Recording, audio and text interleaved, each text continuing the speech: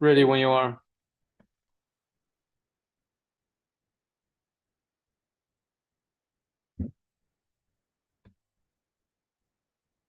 Cool. Cool. Cool. I'm ready to click on the tech tree thing. Is it? I have to refresh the page. I know, I know. I'm trying to refreshing the thing and okay. All right, I see it. Refreshing the thing and okay. Okay.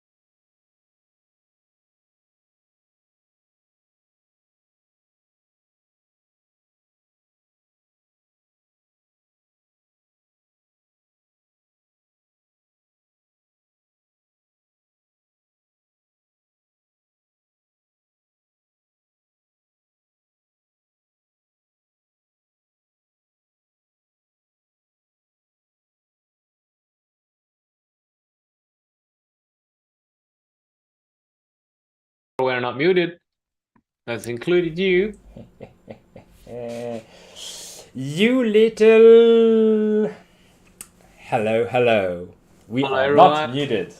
So, welcome to this. Fantastic. Yes. Happy New Year, everyone. Happy New Yeah. Year. So, my name is Selim, this is Channing, and together we make a killer pair where we explicitly look at the past to be better informed of the present and look ahead of the future. So, Yep, at least that's what I hope to do. yeah, that's what we tell ourselves. If it's true or not, we'll let you decide. Exactly. So, Channing, Alrighty. Yes. what is the aim of today's show? All right. We're going to, it's starting of the 2023, and we just finished the 2022. And for people who is watching the show right now, you know that 2022 has been a wild ride, right? So we're here, we're recapping what happened throughout 2022. We're picking up the very important things, as you can see on the screen. That's from Bloomberg, a trace from the market cap from $2.5 trillion to $800 billion. So that's what a ride, right? And we're going to pick a lot of things, and then we're going to talk about the narratives that has changed or some of them has achieved in the last year, such as the algorithm stablecoin is going to be the future. Apparently, we all know that is not going to be relevant in the history anytime soon.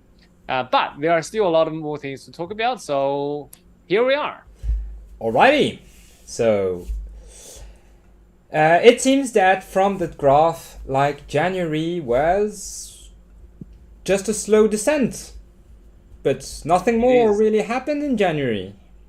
Exactly. Well, that's because the Fed started talking about raising rates, starting talking or thinking about quantitatively tightening. Yeah. So that's things becomes a little bit slower and slower. And if you look at the SP 500, it was going downwards too at the time, Yeah. which was not surprising, right? Definitely not. But the first event is a. Sorry, the first major event is the wormhole hack. And Yep, so, that was pretty big. yeah, what, like 600 million? Something like that? 600 million that was. Yep, yep. Yeah, still a lot of money to be made there. Yeah, and back then Solana was relevant. That's where the wormhole was, right? Solana and Ethereum. And one of the narratives that we kept talking in 2022 and 2021 is Ethereum killer. Oh, yeah. because back then I remember clearly in January or February, Ethereum's transaction fee is crazy. I mean, it's to make a transaction on Bitcoin that was $50, right? Yeah. But on Ethereum that's I think it was $20, $30. But then if you're interacting with something like with a token, let's say you are swapping a token on Uniswap, Yeah. and that'll be somewhere around $200 to $400 to swap a token. So that's what we say, that's when a lot of people ape into the Binance chain, and we Chinese people are calling the Ethereum the rich chain. So because if you want to play with degens, you have to be rich to be playing with that degen play. Otherwise, you don't have the enter ticket, right? So yeah, that's that. And it's funny because it's supposed like crypto was supposed to be a level playing field, I know, right? And yet, yeah, that's that. And then I had a lot of degen plays back then. The the automated. Oh yeah, you got wiser during 2022 because I met you at the beginning of 2022, and you were such a degen. Well, people will grow up, right? And we haven't talked about the thing that really made me grow up, and we're gonna talk about it soon. Yeah. And then the next event is SEC finds BlockFi, and that was only $100 million. So back then, apparently, that was not a lot of money for BlockFi because they were the biggest crypto lending platform. So if you want to, they were aiming for the institutions. So if you're an institution, you want to learn a lot of crypto, you have to go for BlockFi. Yeah. And they find them for being unregistered security, but then that was okay. I mean, you look at the market cap. A little bit of uncertainty here. Yep. And then Hopium kicks back. But with Hopium, what comes next? Another bridge. Another bridge hack, and that was super big. That was that's biggest the GameFi thing. Which were related to Axie Infinity. Yeah. The Ronin bridge was their local bridge for the Ethereum, their local chain, and that happens to another narrative that we kept talking about in 2021 and 22 was GameFi is going to be the future. NFT is going to change our world. It's going to drive adoption and all of that. Exactly. Yep. What do you think about these two narratives today? Well, it's kind of like that curve, It had its potential and then it just went down. And one of the reasons is, I think, for GameFi, I do strongly believe in the power of gaming and the gaming industry and all of that. But the economic model that they use for all the games that I know of, they suck. They are basically disguised pyramid schemes. So yep. They need to find better models, and they need to make the blockchain interaction seamless. Because this is how you will get people. If they don't realize that their skin lives on a blockchain and you've created a wallet for them, I don't see it taking off. But I do believe it might be a catalyst for adoption. But we're not there yet. Me too. I think it's still relevant these days, but NFT and GameFi were just 99% of them were scams, and we knew that even we were in the bull market. But then a lot of people played along because they always think, or we always think, that they are going to be a greater fool to buy our tokens or buy our NFTs later on. Yeah. So that was that. And another thing I want to touch that I forgot to mention was in January. If we open up the OpenSea trading volume, we can see an epic high. That was the highest of the trading volume of right all here. Times. Exactly. And then a lot of people have been saying the second wave of 2021's bull market, the top peak of the bull market, was led by the BAYC and all other NFTs. So if that's one of the theories I believe in. So if that's the truth, and then that's January marks the top of an NFT. That's why the whole industry's market cap was so high. Yeah, And what is this? This is like a double top to you. Well, we still had hope, right, back then, Yeah, because Bitcoin is supposed to be a hedge of inflation, be a yeah. hedge of the recession, just like gold. But turning out that that didn't work out well. And there we are in the biggest event. The biggest event is the Terra Yeah. collapse. Hey, but before that, can I ask you a question, Salim? Go ahead. How much money have you lost during 2022? Ooh. Even my I'll start lighter first. is just like shocked by the question. I don't know. A lot, I would say. A lot. Let me start first, right? My portfolio was always 50% of gold and silver, 50% US stocks, and 50% crypto. And that was the 150%? strategy. That is not. No, correct. I mean 50% of the crypto. I mean the gold and silver, Oh. which comes in bars, which is on my bed. And then I have 25% of US stocks and 25 okay. of the Gotcha. crypto. So 25, 25, and a 50, big 50 of here. But then in the bull market, that was a strategy I made to myself before the bull Yeah. market. But then in the bull market, I get so bullish that I thought to myself, look, I can beat the market. I can do a lot better than the other people. Yeah. So I have withdrawn a lot of money because they are, very liquid. I withdraw a lot of money from the US market, US stock market to the crypto market. And I bought a lot of crypto. And I was in huge win, without cashing out. Of Exactly. course. That's what I was Then- calculating. Like without cashing out, Yep. I was pretty well. And then I was greedy because I was like, oh, but it has already gone up. And it I know, doesn't right? seem to be stopping. So I should be a fool to cash out. Can you imagine that?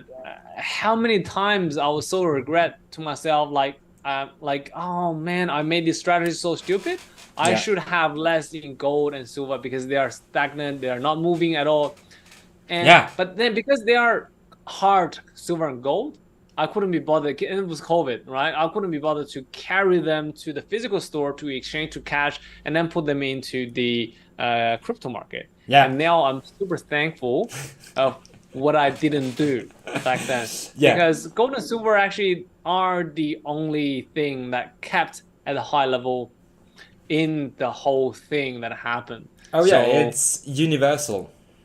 exactly. It's a universal And then- sort of value. That's for true. So that's one of the things I wanted to talk to my audience about is if you're listening, I think it's better to, obviously this is not a financial advice, but I think it's better to listen to yourself in a bear market.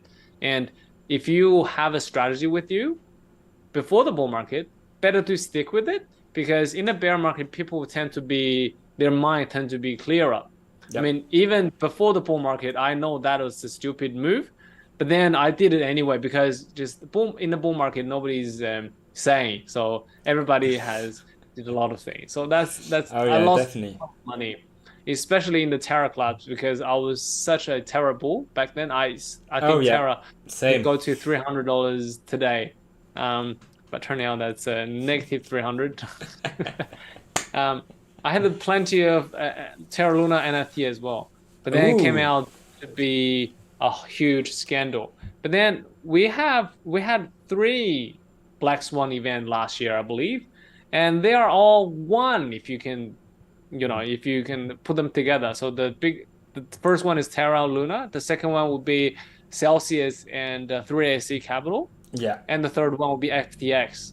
But then Yeah, go ahead. now we have a lot of evidence showing that Terra Luna was sniped by FTX, but then 3AC and the Celsius was dragged down by the Terra Luna, but then eventually it dragged down FTX as well. So it's only one big event. But Yeah. then let's talk about the Terra collapse. But yeah, like the Terra collapse to me like really surprised me because it after Cardano, because like no chain can top Cardano in my opinion, but after Cardano this was my favorite ecosystem and it's the one that I had invested the most in, like to learn about the projects, what they were doing and all of that. And Exactly. That's be- my opinion too.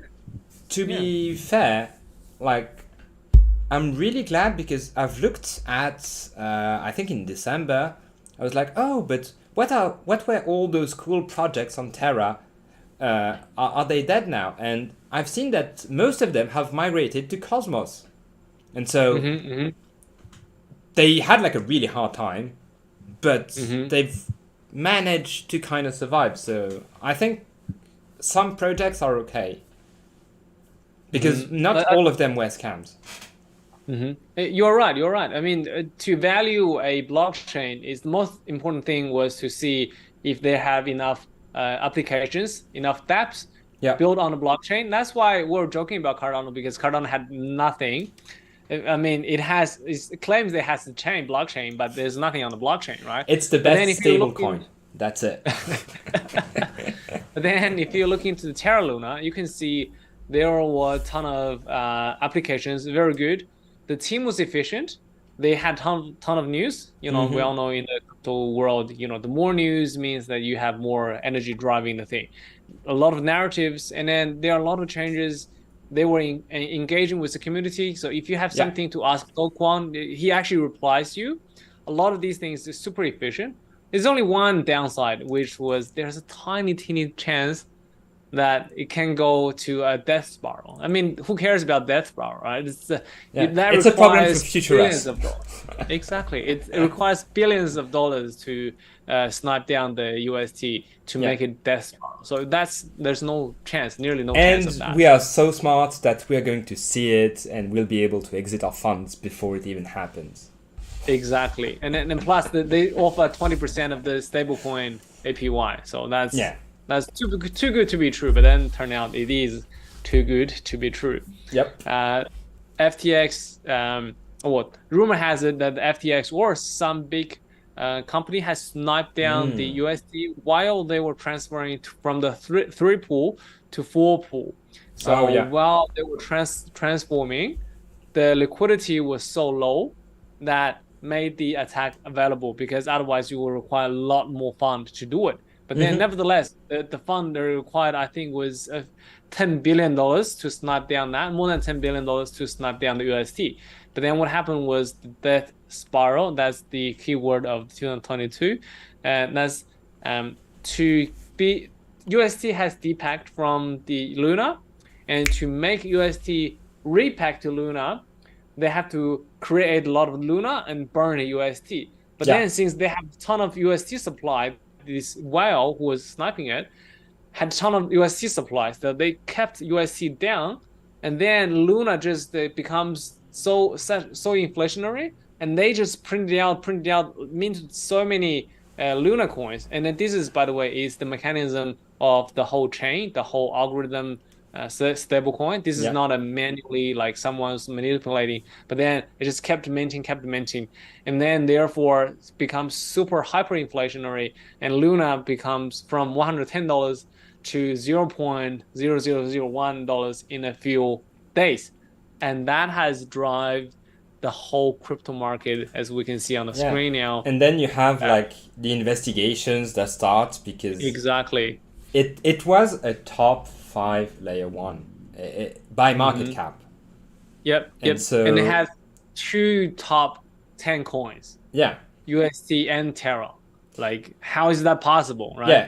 And then it was like it made the ears of the SEC and all other regulatory body, and they were like, interesting, crypto people. What have you got there? Even Janet Yellen spoke about something. But one thing I've heard is very, this is a conspiracy theory. The next day of the Terra collapsed, Janet Yellen started to speak for things. They need time to process the things. They need time to investigate the things. But she spoke way too soon. Is that exactly? There's no way she could have this thing ready overnight and then she could understand the whole thing, right? There's no way to do it. Maybe but then she's a degen and she hides it. So there's a lot of conspiracy. She's an NFT connoisseur, you see. Probably. But that leads basically to Celsius that freezes withdrawals, right? Yep. Because they were I had fun with Celsius.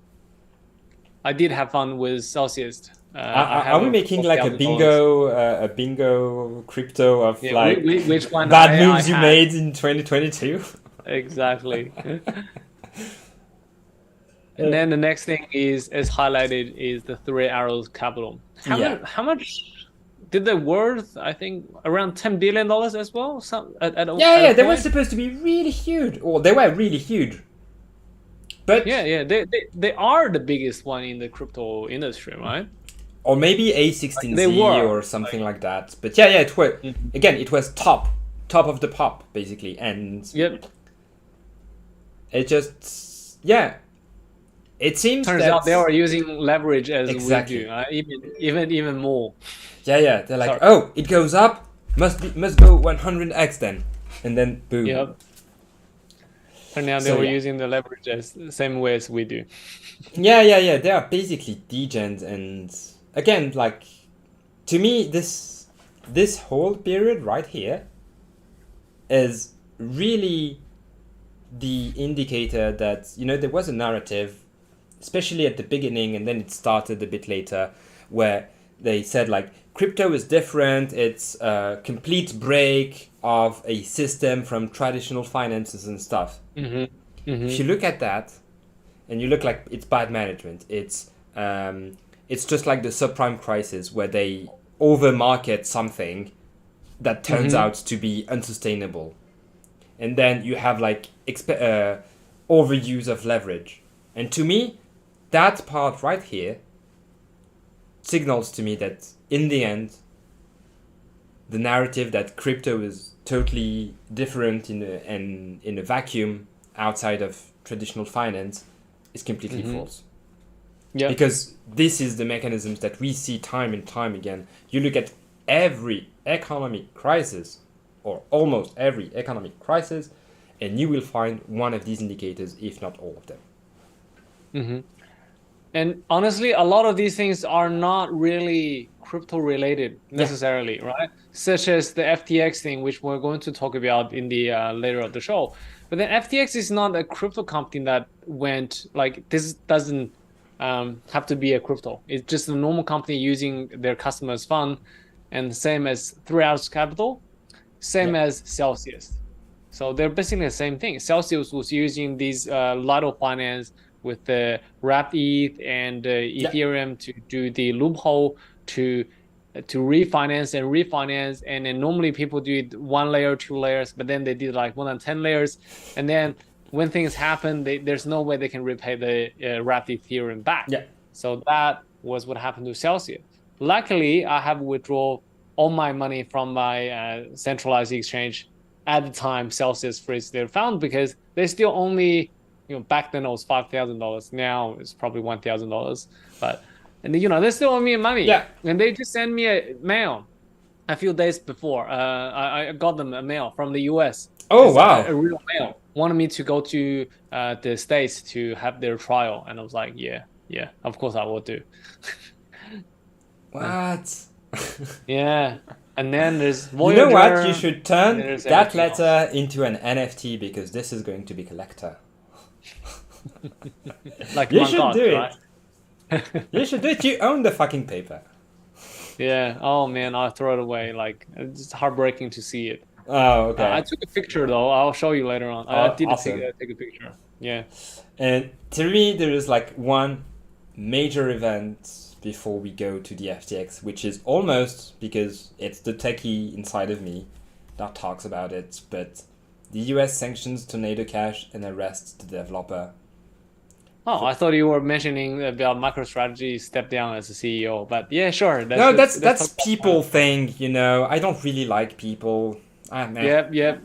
I know, I And know. It's one of the they've narratives. proven me that I was right in not trusting people, Yep. basically.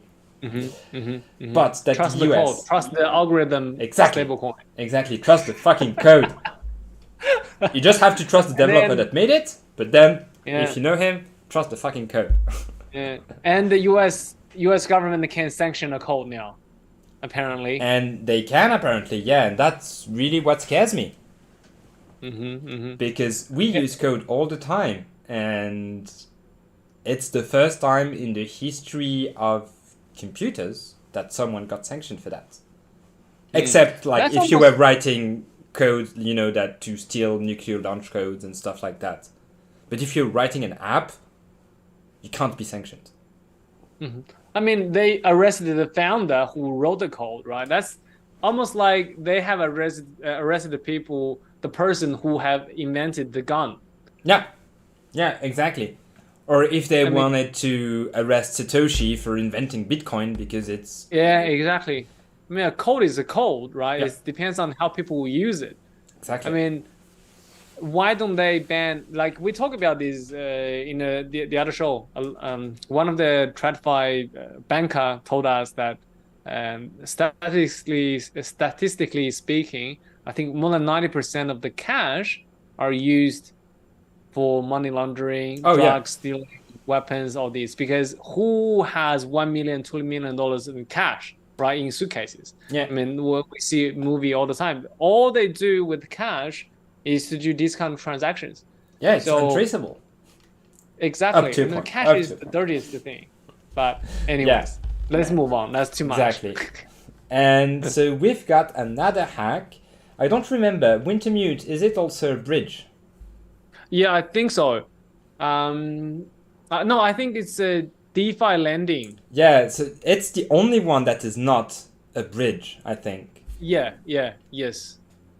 And and I think it was a couple of $100 million as well. But then that was not too significant on the chart these days because people's faith has already lost. Yeah, this is kind of depression, and here is kind of capitulation phase. Yep. And nobody just talk about crypto anymore after that. And then the SEC investigates Yuga Labs. This is like NFT land, so this is you. Oh, this is related to ApeCoin as well. Oh, by the way, in February, which this one doesn't show, in the top of the bull market, Yuga Labs, which was the founder, that's back there. FTX. Yuga Labs, which was the founder of the Bored Ape Yacht Club, they have bought the company with Meatbeats and CryptoPunks. And then they became the biggest company in the NFT industry. And they own a lot of money. And then they have released the ApeCoin and the Ape Land, the other deed. I believe that was in the same time as that one. So it's around the Terra Labs, I think. In May, April. I think it was No, here. I think it was much later. I think it was much later. Like here? Yeah. Oh, no, even the summer. later. Even later, I believe. And then that's why SEC investigates Yuga Lab, because of the land and the token sale. Oh. So that's the reason. Yeah. And then that didn't have a lot of impact. I mean, there were also other rumors about Bored Ape Yacht Club was Nazi with their inner jokes. And you didn't heard about this? What the fuck? They have a lot of things, a lot of evidence. Their names, like such as I think the number of T's, the logo, the Bored Ape Yacht Club, has exactly the same number of the T's in the sets with the Nazi logo, or there's a flag or something. What? And then their names as well. The names of the founder, Are you shitting me? Yeah, no. Like a lot of things are inside. You can Google it. There's so much information around it. No way. It's almost a certain thing.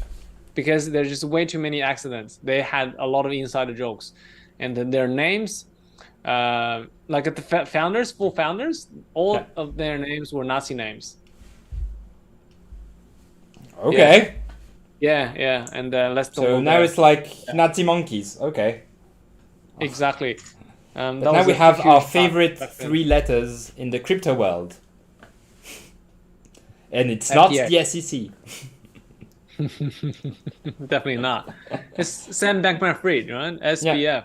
I think SBF, let's talk about FTX. They were founded in 2018 or 19 and just all of a sudden had billions of dollars in his pocket. Oh yeah, he grew it really fast. Really really fast. I think he is the fastest one. I mean, Bill Gates, Yeah, Elon Musk, like they are all slower, way slower than SBF. yeah, and And he people made are, it to like the billionaires club of like the Fortune 500, youngest, Mhm. richest under 30. Yep, the only one. Oh, the He only was billionaire under the 30. only, yep, the only one. Well, now he's in And jail, so spoiler alert. well, no, he's out free until What the? next year. Yeah, yeah, because he claims he didn't know anything, and then he claims that he wasn't guilty, right? And then, but he claims he didn't have any money. He was so broke. All the funds were in Alameda Research, and then they have bridged him into U.S. and said, "Look, you're gonna pay $2.5 million to bail you out," and he was out next day, and we don't Oh, even know so where the money. like 2 hours before he was broke, but then 2 hours afterwards he had like Exactly. 2.5 million in Yep. cash, Just casually yeah, he sitting was out there. the second day. Yeah, the second day he arrived at the States. Okay. Yeah, that's how Yeah, we do the not rich live in the people same world works. as them. Yes, but there are a lot of things, other things. I did Oh yeah. a YouTube video regarding SBF. So his Oh yeah. parents, both parents, were graduated from Harvard Yep. University. He was in MIT, Yep. and then his ex-girlfriend Caroline was in MIT as well. And then Caroline's father Mm-hmm. used to be a colleague of Gary Gensler, which is the head of Oh. the SEC these days. Yeah, but he was also a professor at MIT before the SEC. Yes, exactly. And All then right. Sam Bankman-Fried's mom uh, was so close to Joe Biden, and Sam Bankman-Fried had a brother, which was the senator, state senator or whatever senator, I can't remember, and his name was, I believe, was Paul Bankman-Fried.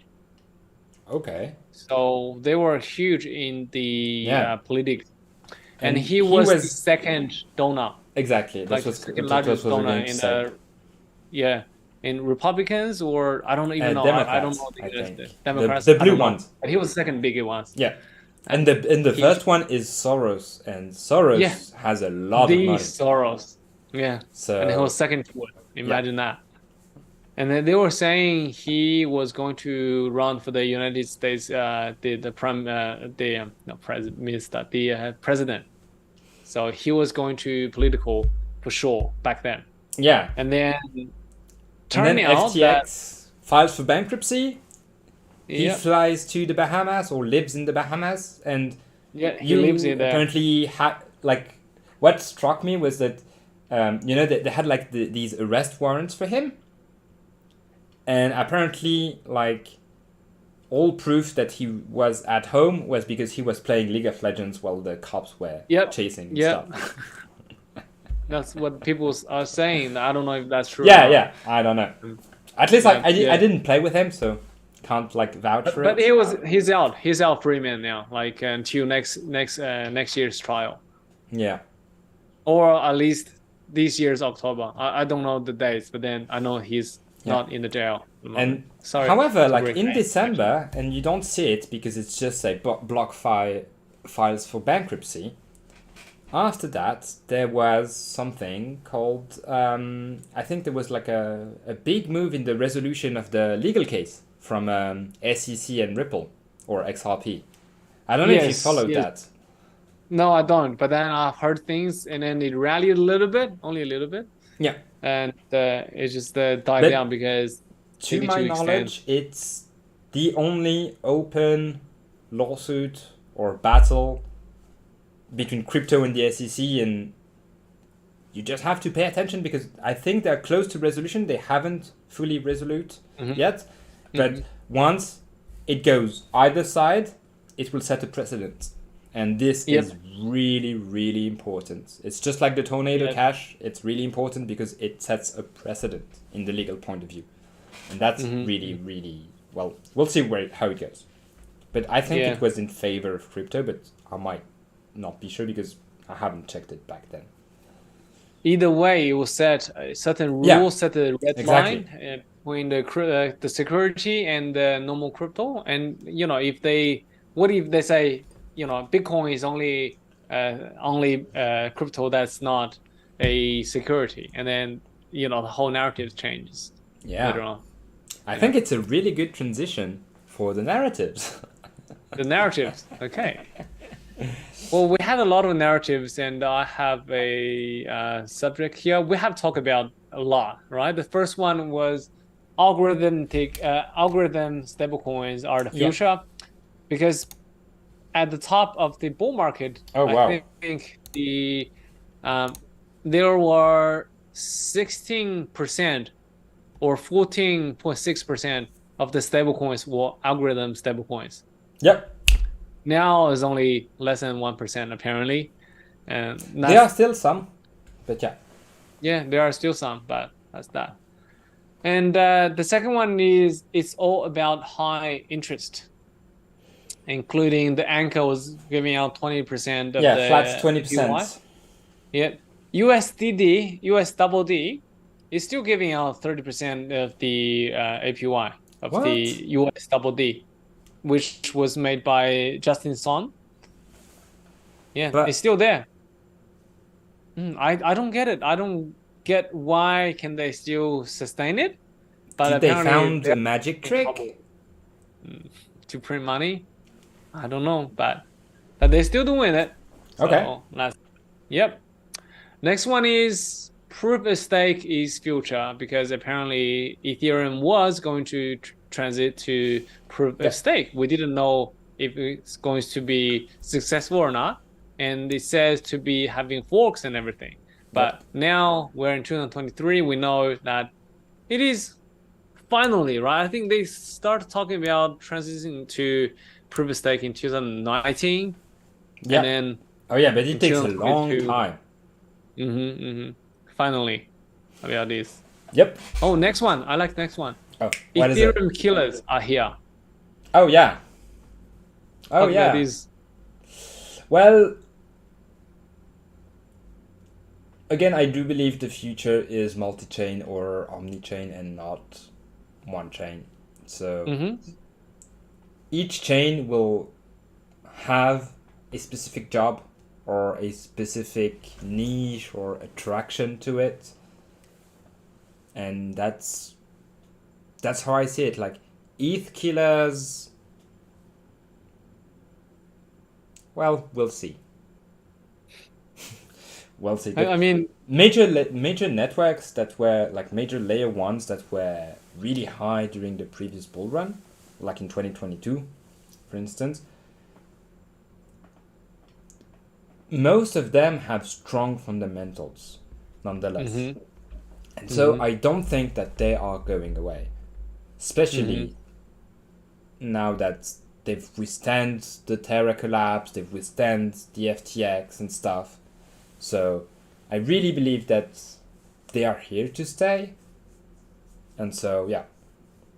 what are the Ethereum killers in your mind? What were the Ethereum killers? Oh, well, Solana was definitely the most or the closest. You have my stablecoin. Polkadot. Near is picking up traction. Near is fucking picking up traction. And Avax, yeah, thank you. Luna. Well, Yeah. Luna was like definitely actually Luna was the closest, and then it was Solana, but then Luna collapsed, and then Solana was like, "Hey, I'm third now." Yep. And the price though, 90%, if not more, Yeah. has declined. Brutal, and everything's brutal. Yep. And I think one of the major thing is not decentralized enough. I think that's one of the reasons that people are bailing them out. Like they don't want these coins anymore, especially since the Terra collapse, and people just turn their head into the truly decentralized, which is Ethereum or Bitcoin. So I think that's one of the reasons. At least that's my take. that's my reason of switching off from the Ethereum killers to Ethereum actually, because it's decentralized, it's safer, it's very expensive, but they have layer twos such as Polygon Yeah. or Arbitrum, Optimism, and everything else. So that was my take. Yeah, so just be wary of Ethereum is decentralized, especially now with proof of stake. When it was proof of work, it was Yep, it more was definitely decentralized. yeah, But now exactly. apparently only 5 companies have the infrastructure or own the nodes that run the proof of stake mechanisms. So I don't know if 5 can be considered decentralized. But the really good, as there's always two sides to one story, it's kind of bad for users in the sense or ideology of crypto that it has shrunken to 5 nodes that basically handles the proof of stake. But the big advantage of that is that institutions are way more confident in investing in it. Yep. So Not sure if that's a good thing or not, Yeah. because institutions they had the US dollars already, so oh yeah, you don't want them to control too much of it.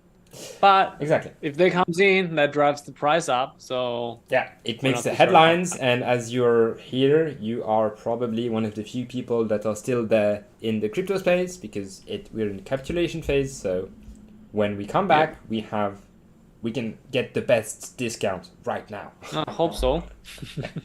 I surely hope so.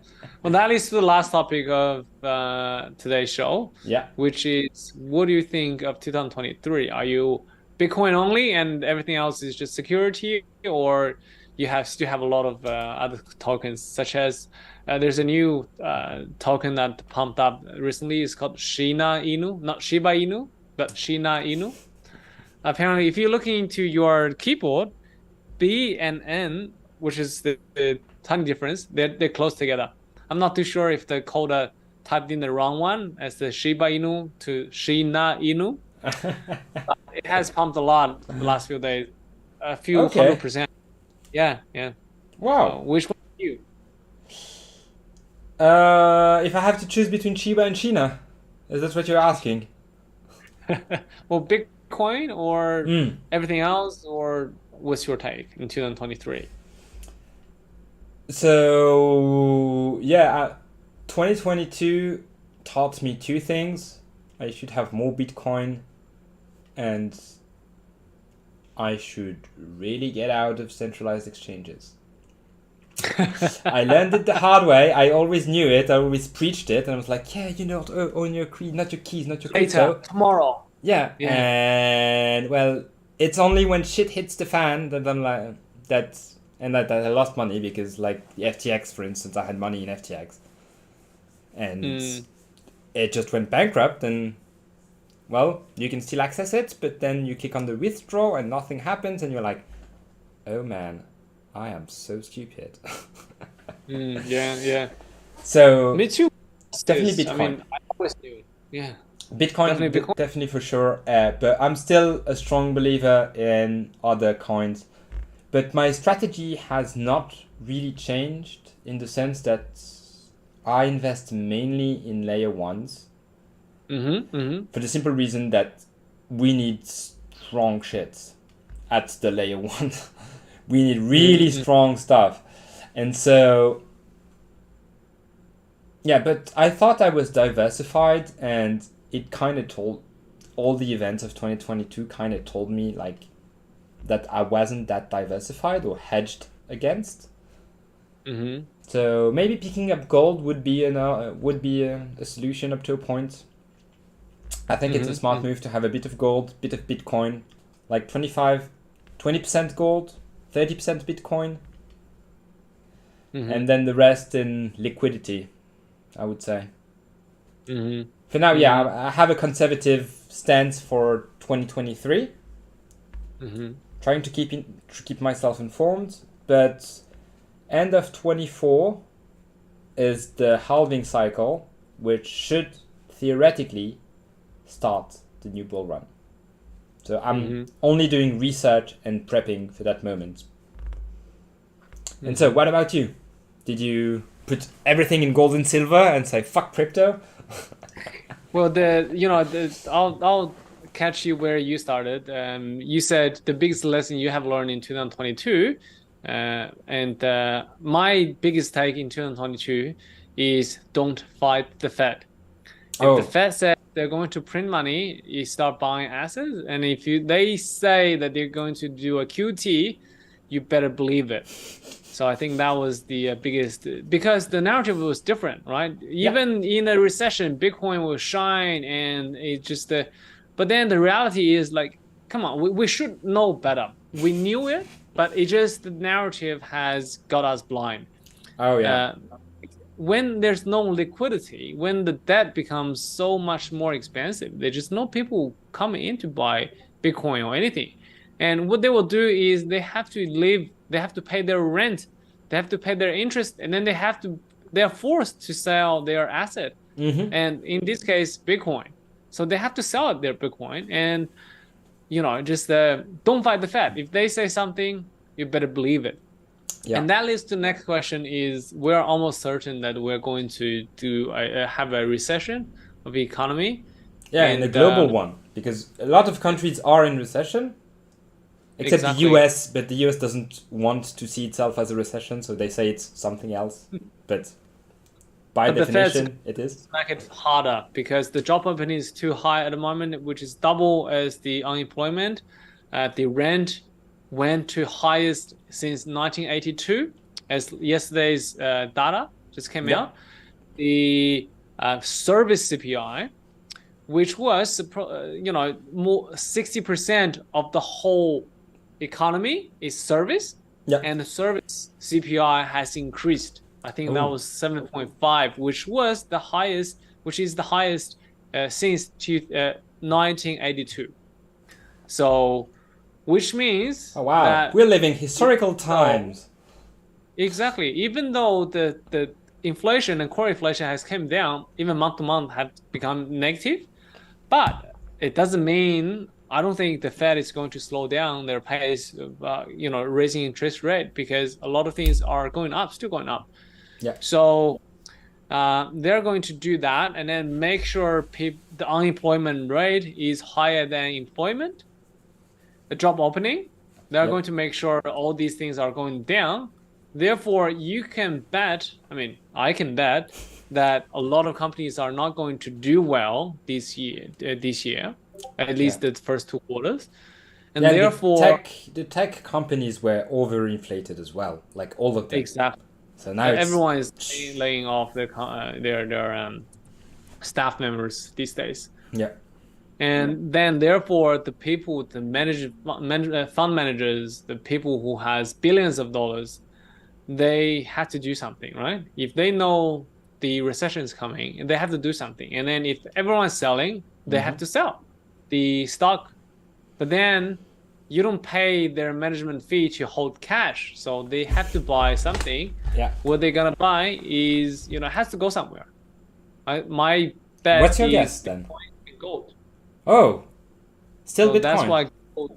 Yeah, Bitcoin and gold. And that's the two of the most liquid asset that's, accepted by everyone else. Not Ethereum, not Polkadot, not Cardano. No, definitely. Bitcoin. Yeah, definitely. Bitcoin, when I started the bull run, I thought that Bitcoin would be kind of a historical thing, like would still be valuable, but was a historical thing or a rich coin for really rich people, because it was really going to the moon, like 150K and stuff like that. And 2022, told me that, Bitcoin is still relevant. And speaking of yesterday, the El Salvador passed legislation to start the Bitcoin bonds. Right. To create Bitcoin City and mine Bitcoin with their volcano energy. Or it was the volcano bonds. So they're actually building it, and there are other countries that in 2022 made Bitcoin legal tender, one of my city in Switzerland made Bitcoin legal tender as an experiment. So yeah, for now it's, if you're not in Bitcoin, you're basically a degen. And if you're aware with it and your risk profile is okay, that's it. Yeah. This is how I see it. Like if you hold something else other than Bitcoin, you're a degen. Even like strong in serious projects, but you're a degen. There's a narrative I've heard, which really nice. It says, is it nice because it is nice to your portfolio?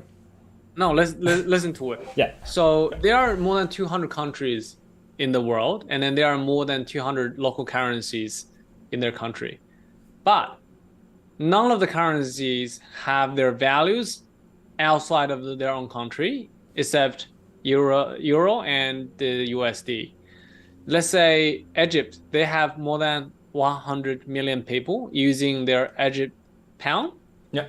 But then if you carry $1 million of Egypt pound, go to, let's say, Philippines, what does it do? It does nothing, absolutely nothing. Paper you have towel. to go through exactly. You have to go through a lot of process to do that. And then if you are using US dollars, then that's easier, obviously. But then if you're using gold, that would be super easy, right? You can just almost buy everything. Yeah. You can, you know, if you have a gold, you can go to anywhere in the world and then you start buying things, even buying fruits and everything, right? Just, this is gold. Can I have your bag of fruit? And then they most definitely say yes. But gold is not easy to transfer. And it's heavy. It is very, very heavy. I know how heavy they are. Oh yeah. And if you have a gold bar in your hand, you're like, oh wow. And the USD is fiat, so which is controlled by government, which leaves the next option, the only option, is Bitcoin. So as a global reserve currency. Exactly. Well, doesn't have to be global reserve currency. It's not what what you're saying. No. It just, you can go to anywhere in the world and then have Bitcoin in your wallet and then you can use it. Like you can transfer it into the local currency. Let's say Egypt a person going to Philippines and then he transfer his $1 million of Egypt pound into Bitcoin and then go to Philippines, he can use it straight away. Yeah, okay. Yes, within half an hour. Yep. No other things can be comparable into this thing. So for my thinking is, there's just no other thing can compare with Bitcoin. So I still a big believer in Bitcoin. Yeah. Yeah, well, I think it's the perfect ending. Okay. Like, crypto is not dead, and we're big believers in Bitcoin because so far it's the only one that has stood the test of time. Exactly. So wow, what a turn! Yeah. Bitcoin to the moon. Yeah, exactly. Like you would have asked me, like on the first show that we did together, like, were you going to? What are your favorite coin? I would have never said Bitcoin. Like I liked the idea, but to me it was the granddaddy of things. So old, exactly. Yeah. But yeah, respect your elders, people. This is how we do it. So this is us. That was us, and thank you very much for listening and watching this 2022 Years in Review. And we are signing off.